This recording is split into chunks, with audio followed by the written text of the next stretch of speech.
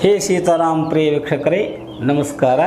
ನಾನು ಗೋಕಾಕ್ ಪರಿಸರದ ಜಾನಪದ ರಂಗಭೂಮಿ ಕಲಾವಿದ ಸಾಹಿತಿ ಈಶ್ವರಚಂದ್ರ ಬೆಟಗೇರಿ. ನಾನು ಸಂಪಾದನೆ ಮಾಡಿರುವಂಥ ಈ ಶ್ರೀಕೃಷ್ಣ ಪಾರಿಜಾತ ರಂಗಪ್ರಯೋಗವನ್ನು ಇಲ್ಲಿಯವರೆಗೆ ವಾಚನ ಮಾಡ್ತಾ ಬಂದಿದ್ದೀನಿ. ಹೇ ಸೀತಾರಾಮ್ ನ್ಯೂಸ್ ಚಾನಲ್ದವರು ಒಂದು ಸುವರ್ಣ ಅವಕಾಶವನ್ನು ಕೊಟ್ಟಂತೆ ಮಾಡಿದ್ದಾರೆ.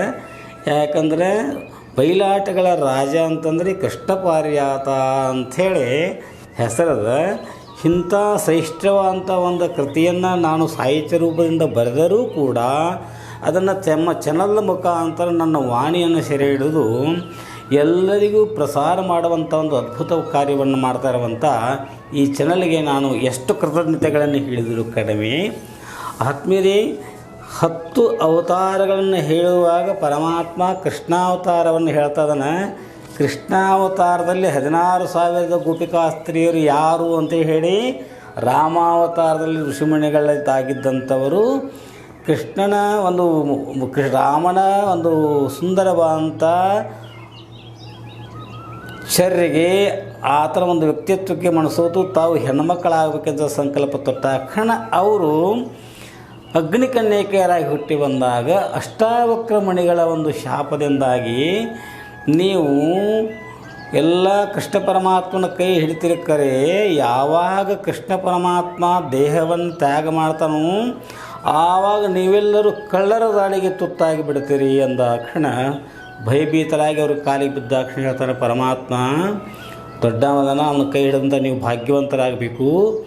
ಏನೇ ನಿಮಗೆ ಭಾಗ್ಯ ಬಂದರೂ ಕೂಡ ಯಾವಾಗಲೂ ವಿಧೇಯರಾಗಿ ವಿನಯರಾಗಿ ಬಾಳುವುದನ್ನು ಕಲಿಬೇಕಂದಾಕ್ಷಣ ತಪ್ಪಾತ್ರಿ ಸ್ವಾಮಿ ಅಂದಾಕ್ಷಣ ಆಗಲಿ ಪರಮಾತ್ಮ ನಿಮ್ಮ ಅಗಲಿ ಕೂಡ ದೇಹ ಬಿಟ್ಟರೂ ಕೂಡ ನಿಮಗೆ ಮುಂದೆ ಒಳ್ಳೆಯದನ್ನು ಆಗ್ತದೆ ಅಂಥೇಳಿ ವಿಶಾಪ ಮಾಡಿ ನಿಮ್ಮನ್ನೇನು ಅಪಹಾಸ್ಯ ಮಾಡಿದ್ರೆ ಕರೆ ನಿಮಗೆ ಒಳ್ಳೆಯದಾಗಲಿ ಅಂತ ಹೇಳ್ತಾರೆ. ಅದು ಪಾಡಾತ ಬಿಡ್ರಿ, ಎಷ್ಟಾದರೂ ದೊಡ್ಡವರ ದೂತೆ ತಪ್ಪಿಗೆ ಶಿಕ್ಷೆ ಆದರೂ ವಿಶಾಪ ಅಂತಂದರೆ ಶಿಕ್ಷೆ ಪ್ರಮಾಣ ಕಡಿಮೆ ಆಗಬೇಕಾಗುತ್ತೆ. ಹೌದು ಬಿಡ್ರಿ, ತಪ್ಪು ಮಾಡ್ತಾರೆ, ಪಶ್ಚಾತ್ತಾಪ ಪಟ್ಟು ಸ್ವಲ್ಪ ಕ್ಷಮ ಮಾಡ್ತಾರೆ. ಅದೇನಂತಂದ್ರೆ ಪಾಶಿ ಶಿಕ್ಷೆ ಹಾಕಿರ್ತಾರಲ್ಲ, ಮರಣದಂಡ ಹಾಕಿದ ಪಾಶಿ ಶಿಕ್ಷೆ ಕಡಿಮೆ ಮಾಡಿ ಜೀವಾವಧಿ ಶಿಕ್ಷೆ ಕೊಟ್ಟಂಗೆ ರೀ. ಹೌದು, ಸರಿಯಾಗಿ ಹೇಳಿದಿ. ಅಷ್ಟಾವಕ್ರಮಣಿಗಳು ಕೂಡ 16,000 ಅಗ್ನಿಕನ್ಯಕೆಯರಿ ವಿಶಾಪವನ್ನು ಅನುಗ್ರಹಿಸಿ ಕಳ್ಳರು ನಿಮ್ಮಲ್ಲಿರುವಂಥ ಇತರ ಸಂಪತ್ತನ್ನು ಅಪಹರಿಸಿದರೂ ಕೂಡ ನಿಮ್ಮ ಶೀಲ ಸಂಪತ್ತನ್ನು ಮಾತ್ರ ಪರಿಶುದ್ಧವಾಗಿ ಇರಿಸುವಂತೆ ನಾನು ಅನುಗ್ರಹ ಮಾಡ್ತೀನಿ. ಅದು ಆದ ನಂತರ ಪರಮಾತ್ಮ ಏನು ಹೋಗಿರ್ತಾನ, ಈ ಪಂಚಭೂತಾತ್ಮಕವಂತ ಈ ಶರೀರವನ್ನು ತ್ಯಾಗ ಮಾಡಿ ಹೋಗ್ತಾನ, ಅವನು ಕೂಡ ನೀವು ಸ್ವರ್ಗಕ್ಕೆ ಹೋಗ್ರಿ ಅಂತ ಆಶೀರ್ವಾದ ಮಾಡ್ತಾರೆ. ನೋಡ್ರಿ, ಎಷ್ಟಾದರೂ ಮಹತ್ವರು ನೋಡ್ರಿಪ್ಪ. ಹೌದೂತೆ. ಈಗ ನನ್ನ ಮಹಾಲಕ್ಷ್ಮಿಯ ಸ್ಥಾನದಲ್ಲಿ ಇವರೆಲ್ಲರೂ ನನ್ನ ಹೆಂಡಂದಿರಾಗಿ ಬಂದಿದ್ದಾರೆ ಅಂದ್ಕೊಳ್ಳೆ, ಇವರೆಲ್ಲರೂ ಕೂಡ ಮಹಾಲಕ್ಷ್ಮಿ ಅವತಾರ ಅಂಥೇಳಿ ನಾನು ಭಾವಿಸ್ತಾ ಇದ್ದೀನಿ. ಯಾಕಂದರೆ ಹೆಂಡ್ರಂತಂದರೆ ಎಲ್ಲ ಒಂದೇ, ಎಲ್ಲ ಸರಿ ಸಮಾನ. ಮತ್ತು ಅದೇನು ರೀ ಹೊಸ ಸುದ್ದಿ ಹೇಳಕತ್ತೀರಿ ನೀವು? ಹೌದು, ಹಿಂದಕ್ಕೆ ನನ್ನ ಪಟ್ಟದ ರಾಣಿ ರುಕ್ಮಿಣಿ ದೇವಿಯ ಏನು ಮಾಡಿದಂದ್ರೆ 50 ಪರ್ವತದೊಳಗೆ ಉಪವಾಸ ವ್ರತಗಳನ್ನು ಕೈಕೊಂಡು ಆಗ ನಾನು ಅವಳೊಂದಿಗೆ ಇದ್ದು ದಾನ ಧರ್ಮಗಳನ್ನು ಮಾಡ್ತಲಿರುವಾಗ ತ್ರಿಲೋಕ ಸಂಚಾರಿಗಳಂತ ನಾರದ ಮುನೀಶ್ವರರು ಅಲ್ಲಿಗೆ ಬಂದರು. ಅಲ್ಲಿ ಬಂದರು ರೀ ಸ್ವಾಮಿ, ನಾರದ ಮುನಿ ಅಲ್ಲಿ ಬಂದಂದ್ರೆ ಏನಾದ್ರು ಬೆಂಕಿ ಹಚ್ಚೋ ಕೆಲಸ ಮಾಡಿರ್ಬೇಕಲ್ರಿ. ದೂತಿ ನಾರದ ಮಹರ್ಷಿಗಳು ತ್ರಿಕಾಲಜ್ಞಾನಿಗಳು, ಬ್ರಹ್ಮರ್ಷಿಗಳು, ಬ್ರಹ್ಮಣ ಮಾನಸ ಪುತ್ರರು. ಏನೇ ಅವರು ಮಾಡಿದರೂ, ಕುಚೇಷ್ಟೆ ಮಾಡಿದರೂ, ವ್ಯಂಗ್ಯ ಮಾಡಿದರೂ ಕೂಡ ಧರ್ಮಕ್ಕಾಗಿ ಮಾಡ್ತಾರೆ ವಿನಃ ಅವರು ಎಂದೂ ಅಧರ್ಮ ಕಾರ್ಯಗಳನ್ನು ಮಾಡೋದಿಲ್ಲ. ಇದನ್ನು ಮೊದಲು ತಿಳಿಯಾಗಿ ಇಟ್ಕೋ. ಲೋಕೋದ್ಧಾರ ಕಾರ್ಯಕ್ಕಾಗಿ ಬಂದಾರತ್ತಂದ್ರಿ. ಹೌದು, ಅವರು ಏನು ಮಾಡಿದಂದ್ರೆ ನನಗೊಂದು ಪಾರಿಜಾತ ಪುಷ್ಪವನ್ನು ಕೊಟ್ಟು ರುಕ್ಮಿಣಿಯ ಮಡಿಗಿಡಿಸಿದಾಗ ಇವರೆಲ್ಲರೂ 16,000 ಮಂದಿ ರುಕ್ಮಿಣಿಯ ಪಾದ ಸೇವೆಯನ್ನು ಮಾಡಿದಾರಲ್ಲ. ಹೌದ್ರಿ, ನಾರದರು ನಿಮಗೆ ಪಾರಿಜಾತ ಪುಷ್ಪ ಇದೊಂದೇ ಸಲ ಕೊಟ್ಟಿದ್ದರು, ಹೆಂಗೆ ಅಂತ ಕೇಳಿದರು. ಯಾಕೆ ದೂತಿ ಈಗ ಪ್ರಶ್ನೆ ಮಾಡ್ತಾಯಿದ್ದಿ, ಏನಾಗೈತಿ? ಅಲ್ರಿಪ್ಪ, ಒಂದೇ ಹೂವು ತಂದು ಇಷ್ಟೆಲ್ಲ ಗೋಳಾಟ ರಾಮಾಯಣ ಆಗುವಂಗೆ ಮಾಡಿದ ಪುಣ್ಯಾತ್ಮ ನಾರದ. ಇನ್ನು ನಾ ಹಿಂಗೆ ಅದಕ್ಕಾಗಿ ಕೇಳಬೇಕಾತ್ರಿ. ದೂತಿ ನಾರದರು ನನಗೆ ಸಾಕಷ್ಟು ಸಲ ಪಾರಿಜಾತ ಪುಷ್ಪ ತಂದು ಕೊಟ್ಟಿದ್ದಾರೆ. ಒಂದೊಂದು ತಂದು ಕೊಟ್ಟಿದ್ರು, ಏನು ಬಂದಾಗೆಲ್ಲ ಹೊರಗಂಟೆ ತಂದು ಕೊಟ್ಟಿದ್ದರು ಸ್ವಾಮಿ. ಏನು ಮಾತಾಡ್ತೀಯ? ಒಂದು ಹೂ ಯಾಕೆ ಹಲವಾರು ಸಾರಿ ಸಾಕಷ್ಟು ಪಾರಿಜಾತ ಪುಷ್ಪಗಳನ್ನು ನಾರದನ್ನು ಕೊಟ್ಟಿದ್ದಾರೆ. ಪೆಂಡಿ ಗಂಟೆ ತಂದು ಪಾರಿಜಾತ ಹೂ ಕೊಟ್ಟಾರ್ರಿ. ನೀವು ಹೋದ ರುಕ್ಮಿಣಿ ಅವರಿಗೆ ತಲೆಗಿಟ್ಟಿದ್ದೀನಿ ರೀ. ಏನು ಮಾತಾಡ್ತೀಯ? ಅಲ್ಲಿ ಎಲ್ಲಿ ಹೋದರೂ ನಿನ್ನ ಬುದ್ಧಿ ಮಾತ್ರ ಹಿಂಗೆ ಉಳಿದಿತ್ತು ನೋಡು. 16,000 ಗೋಪಿಕಾಸ್ತ್ರೀಯರನ್ನು ಸೆರೆಯಿಂದ ಬಿಡಿಸಿಕೊಂಡು ಅವರನ್ನೆಲ್ಲ ಲಗ್ನ ಆಗುವ ಕಾಲಕ್ಕೆ ನಾರದರು ಕೊಟ್ಟಂಥ ಒಂದು ಪಾರಿಜಾತ ಹೂಗಳನ್ನು ಪ್ರತಿಯೊಬ್ಬರಿಗೂ ಕೊಟ್ಟಿದ್ದೀನಿ. ಅಂದ್ರೆ 16,008 ಮಂದಿಗೆ ಕೊಟ್ಟಿದೆ ನೋಡೋದೈತಿ. 16,008 ಹೂವು. ಹಬ್ಬ ಭಾಳ ಸಂತೋಷಮಯ. ಏನು ನೆಮ್ಮದಿಲ್ಲ, ಎಷ್ಟು ವರ್ಣನೆ ಮಾಡಿದ್ರು ಕೂಡ ಹೆಂಗ್ರಿ ಅದು ನೋಡುತ್ತೆ. 16,000 ಹಿರಣಾಕ್ಷಿಯರ ತಂದು ಮುದದಿಂದಲೇ ಬ್ಯಾಗ ಮುನಿಗಳ ನೆರೆಯದ ಮದುವೆ ಮಾಡೋದಕ್ಕೆ ನಾರದ ಮಣಿ ಬಂದ. ಸಕಲ ರಾಯರು ಬಂದು ಪ್ರಕಟ ಕಷ್ಟವ ತಂದು ಭೃಗುತರು ಮಣಿಮಯ ಮುಕುಟದಿ ಭಾಗುತ ಮಕರ ಕುಂದಲಧರೆಗೆ ಮುಡಿಸುತ್ತ ಭಾಗುತ ಮುನಿಯುತ ವಿನಯದಿ ಹೀಗೆಂದರು.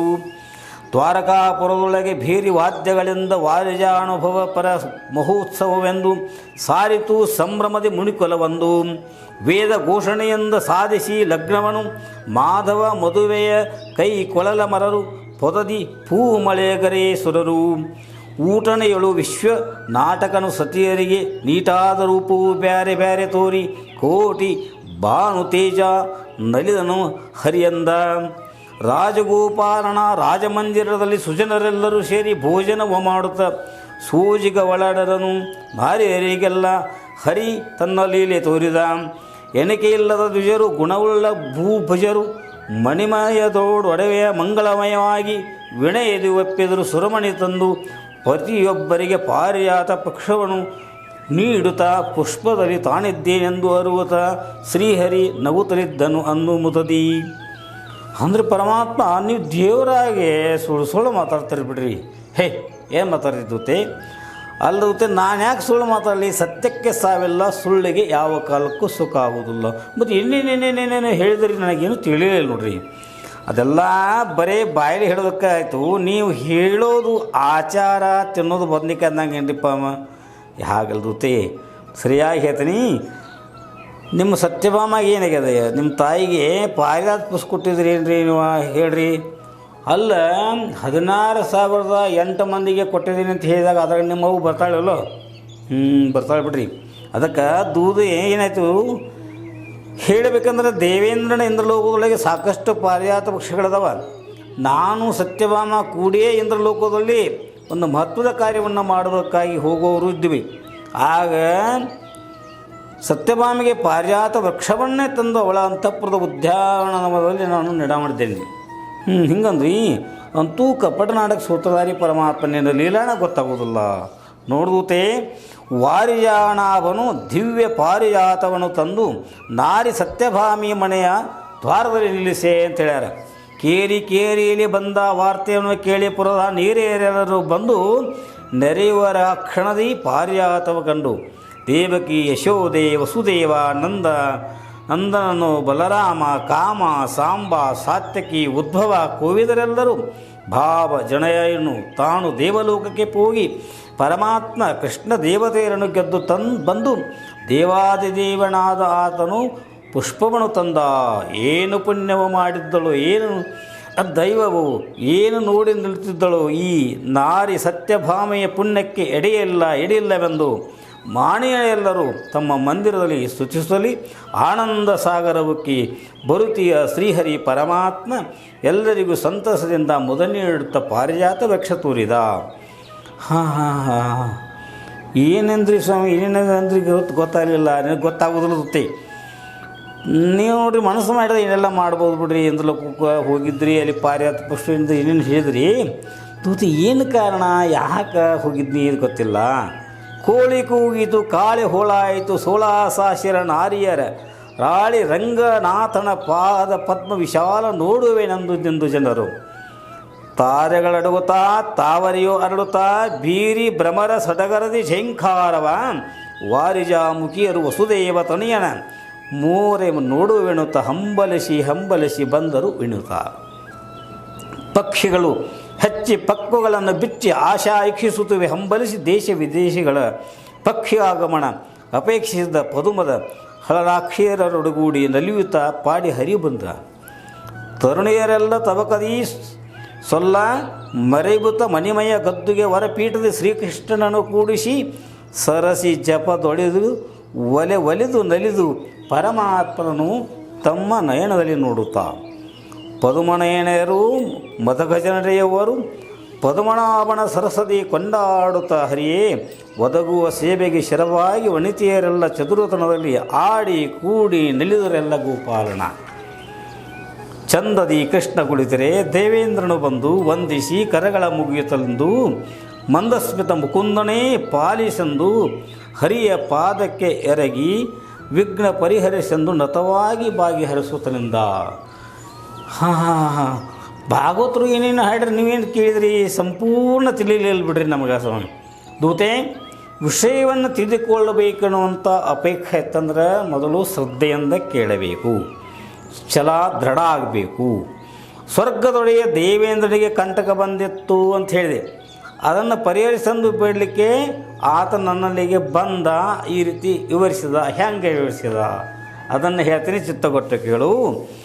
ಅಮರ ಮುನಿಗಣ ವಂದ್ಯ ಅಮಿತ ಗುಣಸಾಂದ್ರ ಕಮಲಾಕ್ಷ ಕರಿವರದ ಕೃಷ್ಣ ನೀ ಕಲುಷ ದೂರ ಕಮಲ ಸಂಭವ ಜನಕ ಕಮಲವಾಸಿನಿ ಕಾಂತ ಕಮಲಾಪ್ತ ಶತಕೋಟಿ ಪ್ರಭಯ ಕಳೆ ವಿಹಾರ ವಿಮಲಾಂಗ ಭವಭಂಗ ವಿದುರಪ್ರಿಯ ವಿಶ್ವೇಶ ಸಮನಿಸನ್ನಯ ಮನ ಕರುಣದಿ ಸತ್ಯವಾಕ ಸುಮನಸರ ಸೌಭಾಗ್ಯ ಕ್ರಮಗೆಡಿಸಿ ಮುರನರಕ ರಮರೆಡೆಗೆ ಕಾಡಲು ಬೆದರಿದ ಮರಳೋಕ ದೇವ ಮಂಡಲಕ್ಕೆ ಮಹಾಯೋಗ್ಯಮಯವಾದ ಸತ್ತಿಗೆಯ ಕೊಂಡೈದು ತೋರಿದರು ಕ್ರೂರ ಖಾತೆ ಬಂದು ಮಾಡುತ್ತ ತಮ್ಮ ಬಳಿಯಲ್ಲಿದ್ದ ವಸ್ತುಗಳ ಕಂಡುಬಿಡಲಿಲ್ಲವೇ ಎನ್ನ ಮಾತೆ ಕುಂಡಲವ ಅಪಹರಿಸಿ ಕುಂಬಣಿಯ ಅರಸುಗಳ ದಿಂಡುಗೆಡೆದರು ದಿವ್ಯ ಬೃಂದ ಸುರರ ನಾರಿ ಗಂಡನಾಗುವೆಂಬ ಗರ್ವವನ್ನು ಸಂವರಿಸಿ ಚಂಡ ವಿಕ್ರಮ ಬೀರುಣಿ ಚತುರಶೌರಿ ಜೀವಿಸುವುದವರಾಯಿತು. ಜಿಯ ನಮ್ಮ ದೇವಲೋಕದಲ್ಲಿದ್ದ ಶ್ರೀಹ ಸೇವೆ ದೈತ್ಯರಿಗಾಯಿತೆಗ ಸ್ವಾಮಿ, ನೀವು ಒದಗು ಧರ್ಮ ಕಾರ್ಯಕ್ಕೆ ಬೇಗ ಬಾಹರಿ.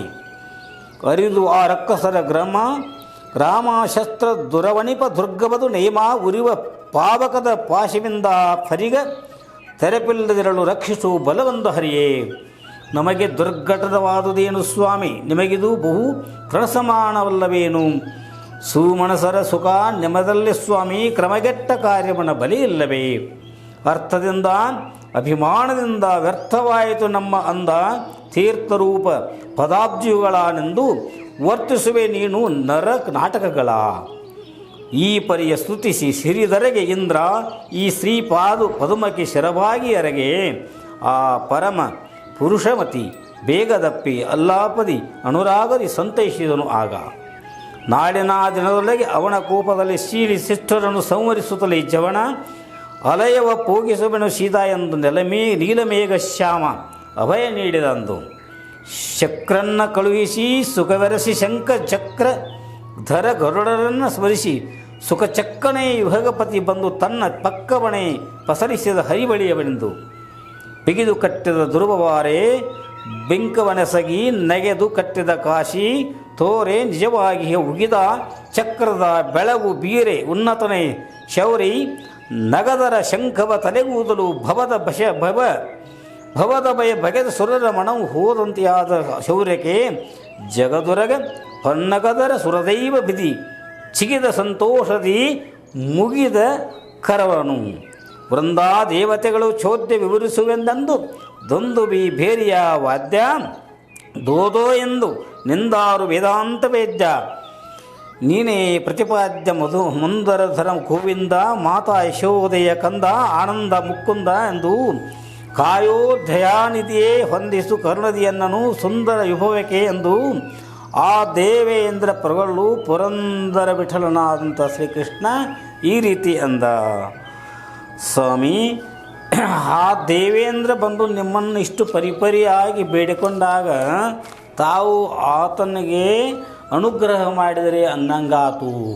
ಹೌದೂತೆ, ಯಾರು ನನ್ನಲ್ಲಿ ಬಂದು ಬೇಡಿಕೊಂಡು ತಮ್ಮ ಕಷ್ಟವನ್ನು ಪರಿಹರಿಸ್ರಿ ಅಂತೇಳಿ ತಿಳ್ಕೊಂಡ್ರೆ ಅವರನ್ನು ಉದ್ಧಾರ ಮಾಡುವುದು ನನ್ನ ಕರ್ತವ್ಯದ. ಅದಕ್ಕೆ ಹೇಳಿದ್ರೆ ಯದಾ ಯದಾ ಹಿ ಧರ್ಮಸ್ಯ ಗ್ಲಾನಿರ್ಭವತಿ ಭಾರತ ಅಭ್ಯುತ್ಥಾನಂ ಅಧರ್ಮಸ್ಯ ತದಾ ಆತ್ಮಾನಾಂ ಸಜಾಮ್ಯಹಂ. ಈಗೆಲ್ಲ ಅದ್ರ ಗುಳಿತಾ ಇದ್ದೆ ಆಯ್ತು ರೀ ಪ್ರಣಾಮ ಅಂತ ಎಷ್ಟು ಕೇಳಿದ್ರು ಆನಂದವೇ ಆನಂದ.